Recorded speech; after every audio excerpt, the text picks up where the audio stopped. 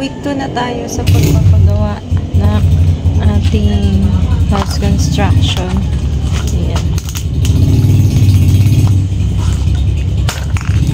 Hello everyone! Flex ko lang po itong mga kabataan na to. Ang sisipag, ang lalakas pa, at ang bibilis. Ang bibilis magtrabaho pagkatapos kumain, kunting pahinga. Back to work again. Kaya, ayan. So blessed na sila yung naging work. Ngayon po ay 3rd week na ng pagpapagawa. Tuloy na paggawa. Yun lang. Ayan po. Mas lagyan na ng slab. Yan.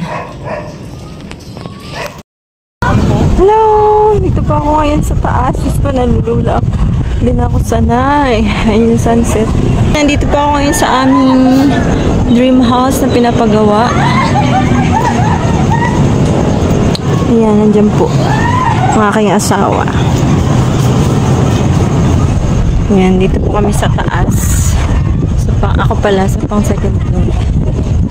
Sarap pala dito, mahangin. Nalulula lang talaga ako. Ito lang dito. Kaya mga 6:30 na. Pag may hagdan, okay na. Tapos siguro may mga mahawakan. Kasi nakakalula. Ganda sunset. Sarap lang hang. Ito tayo sa pang week. So meron ng slab. Nabuhusan na sa sala. Almost complete na itong sa loob. And meron na naupisa na ang hagdan. Papunta sa 2nd floor. Yan. May forma na po siya. Kulang na lang din sa mga garahe. Slab. And nagbasa na rin yung sa may lababo. At nagawa na rin ang sa CR dito sa kusina. And yung CR dito sa kwarto. Yan siya. Nasa 6th week na tayo. Ang 1st week ng slab.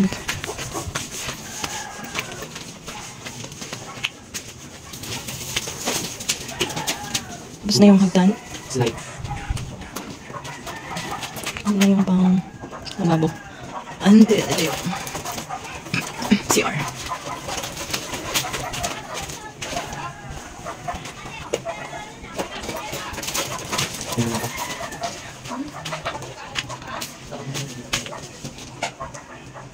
Lamig lamok. Ayan ang CR at ready na yung pang bawal. Lipo. Yan siya. Na-finish na po ang kwarto. Lagyan na rin ng tiles, pati yung mga bintana ay na-finish na rin. At na-platin na rin yung doon. Pinitiles na po yung kwarto yung siya tiles. Pang 8th week na tayo.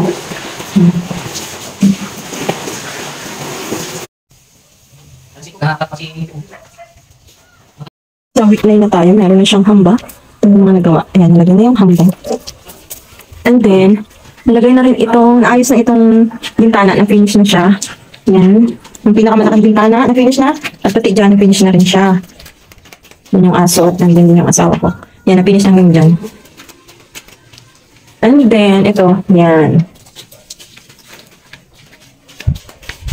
Tapos ito, nalagyan na siya ng, inalagyan na rin po ng tiles yung lababo. Hindi lang siya tapos. Hindi pa nakat. Kasi dito yung gas range. Yan yung style ng lababo. Yan, ito na. Yan siya. Kyle brought yung style dito sa kwarto. Diyan kakasama na. Hindi ang loob namin. Dito may tiles na rin. Complete na rin naman ang last week. Kabit na rin yung pinto. Ganun din dito sa kwarto. May pinto na rin siya. Tsaka dito, may pintuan na rin dito. Sa back door, sa kitchen. And then, yan, nalagay na rin yung mga gripo, yung shower, yung tiles, complete na rin siya. Yan. Ito talaga ang aming Valentine's gift sa isa't isa. Ito ang aming dream house na hindi pa tapos. Praying na matapos kahit itong nasa baba. At makalipat na kami soon. Okay, please support. Dati, pangarap ka lang. Pangarap na unti-unti binigyan ng katuparan. Ngayon, eto ka na. Malayo-layo pa pero malapit-lapit na rin. Taong 2022 na simulan kang itayo ang iyong mga haligi, ang iyong dingding sa loob ng 2 buwan. Ngunit natigil dahil sa kakulangan ng budget. Ngunit ngayong taong 2023 ay pinagpatuloy ulit ang pagpapagawa sa'yo. Ngayon, nandito na. Meron ka ng itsura. Unti-unti nang natutupad ang mga pangarap at nabubuo. Salamat po sa aming foreman na kahit mag-isa ay patuloy na gumagawa. Salamat sa Diyos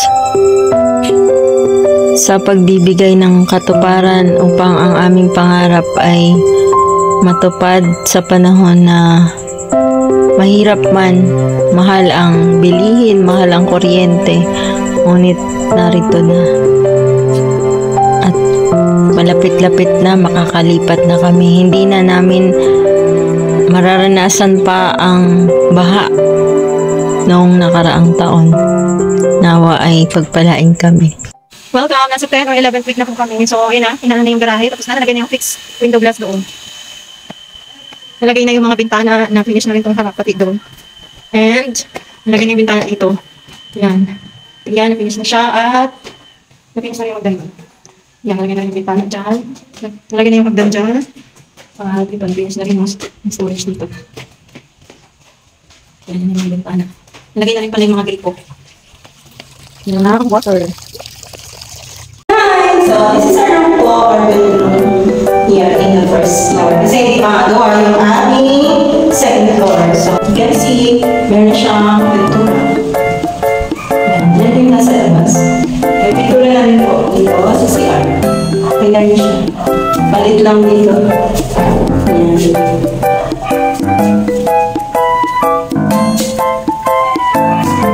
Yan po.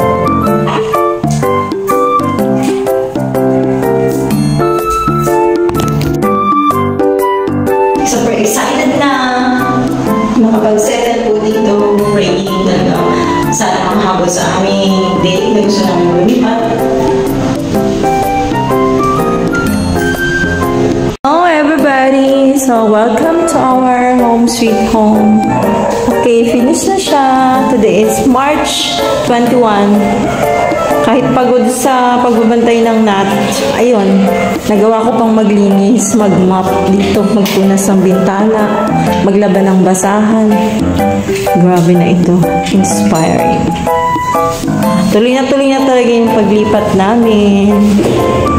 Pasensya naman dito sa hagdanan. O, diba? Hindi pa siya tapos. Pero, okay lang yan. Next, sana mabili na talaga yung bahay. Dito naman po ay binubuko yung dishwashing rack. Dito sa aming bahay, hindi pa kami nakakalipat. So, ayan. Siguro mga 30 minutes to 1 hour ko rin tong binuo. Kasama ko dyan yung aso namin. Sunday yan eh. So, matagal ko na siyang binili. Hello po, Ninang Melly. Salamat po dito sa dress na bigay niyo yung bagay mo.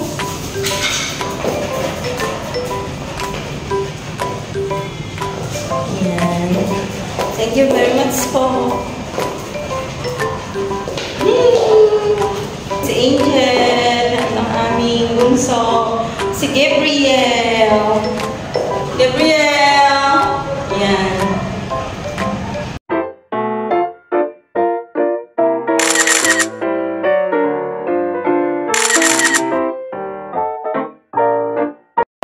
Na ninuno nilang si Kanaan ay may kasalanan, no? May kasalanan sa kanyang na naging paraan na nung dumating ang tagutom, ang mga kapatid ni Jose ay nakalitaan na mayroong mga pinagbibili mga pagkain doon. Tapos hanggang sa natuklasan ni Joseph na ang kanyang ama ay buhay pa rin. Kaya nung nalaman ng Paraon, ang mga magulang, mga kapatid ni Joseph ay naroon. Inimbitahan at tumira doon sa Joseph. Kaya ang tirahan nila ang mga tent. Give thanks with a grateful heart. Give thanks to the Holy One. Give thanks because it's given. Jesus Christ, He sang.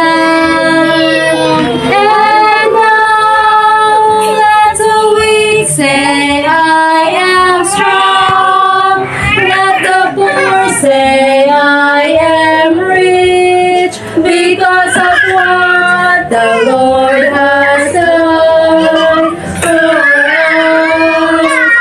Give thanks, give thanks, Amen. give thanks. Wala pa tapos. Then, mag-usap na kayo kung sinong may clean Grabe ang ay yung pula. special sa gitna sa gitna ng mga iba pang mga pangyayari sa buhay, magiging masaya silang tira dito. Punahin Panginoon Jesus. Amen. Ayan po ang aming mga bisita. Aking kumaring maganda. Ito pang isa, oh. Ayan siya, ang nagluto nito. Masarap. Hindi ko pa natitigman. Masarap na. Ang ninang kong maganda. Ay, salamat. Masarap yan. At mabait. At malambing. Parang nanay ko na yan, eh. Actually, yung mga ninang ko dito, parang nanay ko na. Wala yung nanay ko, eh. Mama mo. Ando po sa Bulacan. Nanay. Ay, Malamig. Ayan, thank you kay Mamuna, ang nag-iisa kong ka-teacher na nakarating. Grabe, buti nakarating. Kasama ang kanya magandang mama. Next, kay Mamuna. Si nanay mo. Kay Mamuna naman next.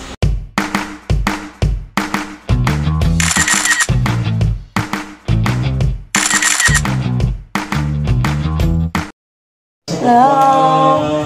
Pizza muna tayo. Oh, welcome po sa aming bahay. Yan. Gawa na siya. Nakalipad na kami noong March 27. So, ito na. Safe na sa baha. Ito na yung aming bahay.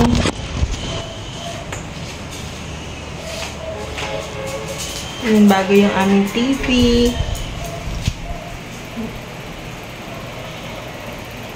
Thanks God. At safe na po. Kaya sa mga nangangarap, patuloy lang pong mangarap kasi pag naniwala kayo at gawin nyo ang best nyo ay magkakaroon kayo ng sariling bahay na maayos.